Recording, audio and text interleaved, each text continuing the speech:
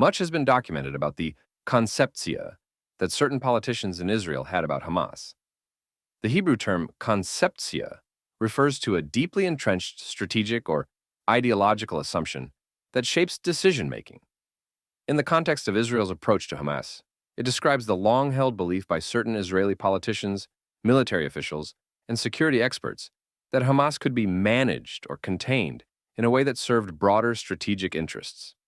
For years, this assumption shaped policies that allowed Hamas to govern Gaza with relative autonomy, based on several key beliefs. First, Hamas as a useful counterweight to the Palestinian Authority. Some in the Israeli leadership saw Hamas as a way to weaken the Palestinian Authority in the West Bank, preventing the emergence of a unified Palestinian front that could negotiate from a stronger position. Second, Hamas as a rational actor.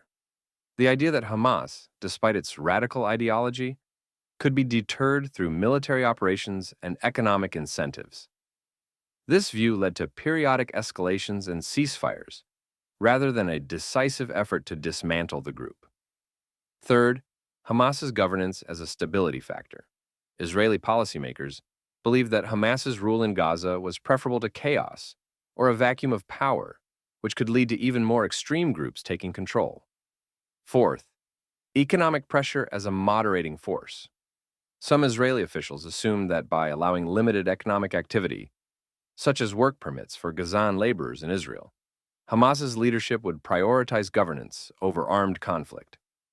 And lastly, fifth, intelligence superiority.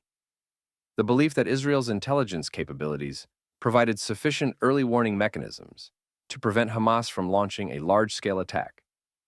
This conceptia collapsed spectacularly on October 7, 2023, when Hamas launched an unprecedented attack on Israel, proving that many of these assumptions were flawed or outright false. The attack demonstrated that Hamas was not interested in mere deterrence or economic benefits, but remained committed to its ideological goal of destroying Israel.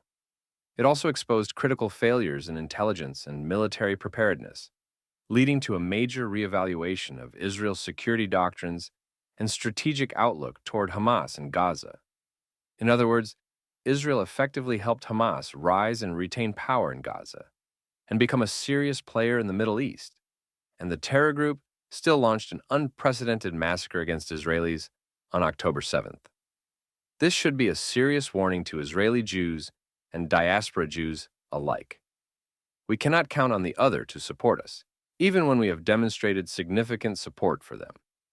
For Israeli Jews, the picture could not be clearer. No matter how much land Israel gives to the Palestinians, true peace is unattainable, knowing what we know today. The bad actors in their society, and there are many, will use it to continuously launch indiscriminate attacks against mostly civilian Israelis, until the State of Israel no longer exists. The future of Israel's security doctrine must shift from containment to eradication of existential threats. No nation can afford to sustain terror entities on its borders, let alone one that seeks its total destruction.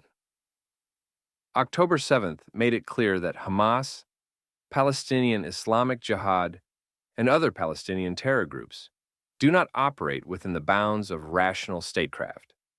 They are driven by an ideological mission that cannot be pacified. This stark reality underscores a crucial lesson that should resonate not just within Israel, but across the global Jewish community. Appeasement and accommodation do not guarantee security or goodwill. For decades, many in Israel and the diaspora have believed that concessions, whether territorial, economic, or political, could pave the way to coexistence. But October 7th shattered this illusion. For Jews outside Israel, this moment ought to serve as a wake-up call to the limits of goodwill and alliance building. The widespread support, both explicit and implicit, for Hamas in the wake of its atrocities, from student protests in Western universities to the halls of international institutions, exposes the deep-seated indifference or even hostility toward Jewish life and security. Even in societies where Jews have contributed immensely, they cannot take acceptance or protection for granted.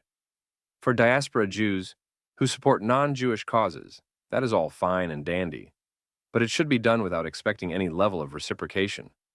The last 16 months have shown us that diaspora Jews cannot count on non-Jewish groups for any type of meaningful support or aid. Even worse, politicians who have typically supported Jews, Jewish communities, and the Jewish state have shown their true colors by courting Muslims in their countries.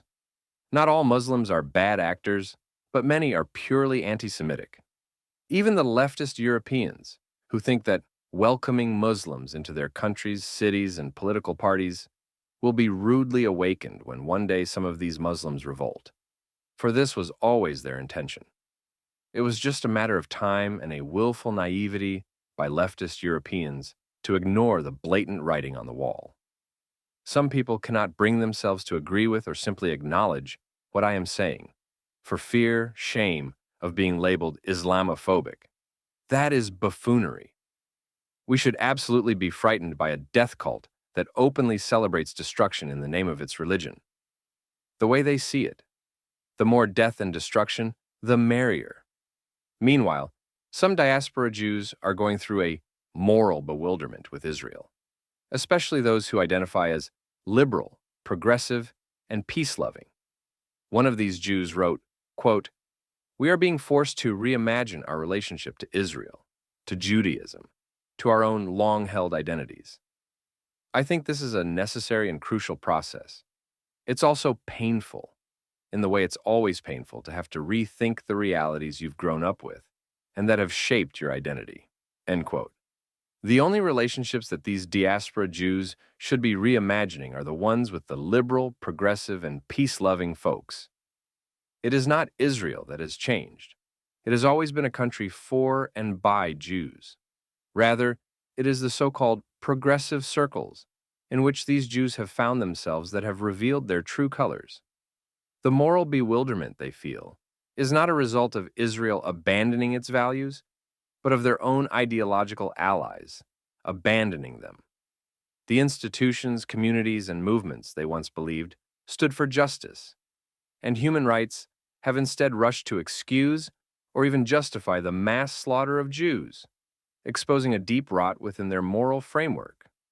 For years, many liberal diaspora Jews embraced a worldview in which their Jewish identity could be seamlessly integrated into broader progressive causes.